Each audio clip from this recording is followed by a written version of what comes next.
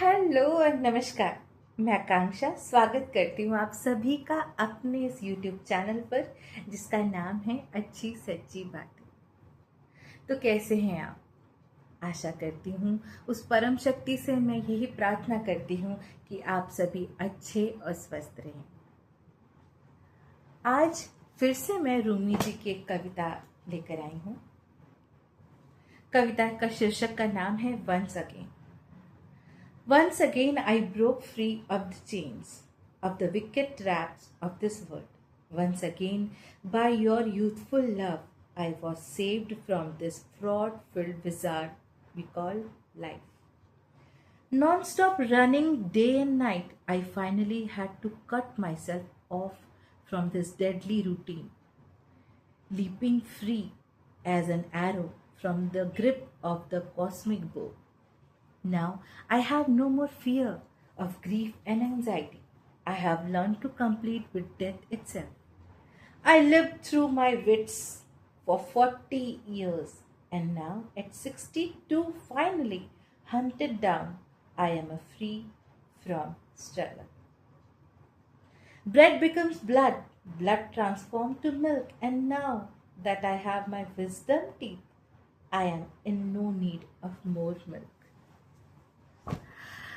And once again, Rumi's poetry often centered on the theme of returning to love or the divine that urges us to drop our ego, quite the restlessness of mind, and wake up to our true spiritual home.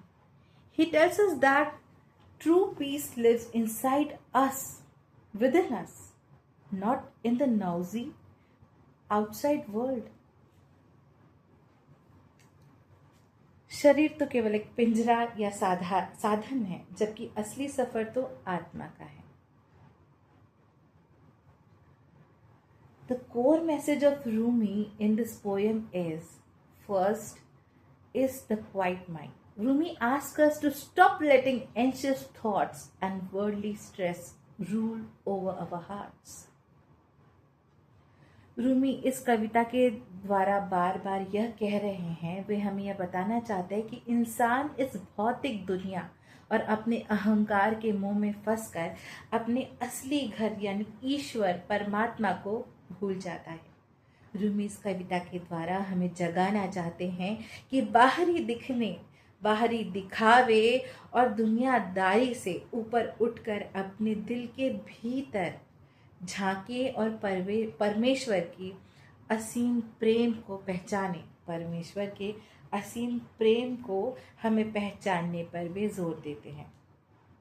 Secondly, Rumi is asking us to look within the answers, the love and light you search for are already inside you, within you. सभी प्रकार के उत्तर, प्रेम, प्रकाश जो तुम बाहरी जगत में ढूंढते हो, वह सभी कुछ तुम्हारे ही भीतर विद्यमान है, तुम्हारे ही अंदर विद्यमान है। जब तक मन और अहंकार का पर्दा नहीं हटेगा, तब तक सच्चा आनंद हमें कभी भी प्राप्त नहीं होगा। अतः सब कुछ हमारे भीतर ही है, हमें बस जागृत होने की आवश्यकता है। Thirdly, he is saying surrender to love. Letting go of rigid rules and fears allow your souls to bloom like spring. प्रेम ही वह सबसे बड़ी ताकत है जो इंसान को हर तरह के डर से और बंधनों से मुक्त कर देता है। प्रेम में इतनी शक्ति होती है। वह बहुत ही सुंदर और जागृत कविता है ये संत रूमी जी के द्वारा। यह जो कविता रचित है रूमी जी के द्वारा, दोस्तों, यह एक्चुअली हम सभी से रिलेट करती है। जी हाँ, रोजमर्रा की व्यस्त जीवन में हम सभी को कभी न कभी एक बार तो लगता ही है कि एक पहर रुक जाएं, एक पहर थम से जाएं, बाहर इस संसार में सच को तलाशें, सच को सच में जिएं, सच को सच में समझें, है ना। So this is it. Thank you so much. कैसी लगी आपको आज की ये वीडियो? मुझे कमेंट करके ज़रूर बताएं। लाइक एंड सब्सक्राइब कीजिए और मेरे चैनल को, जी हाँ, अपने अपनों के साथ ज़रूर शेयर कीजिए।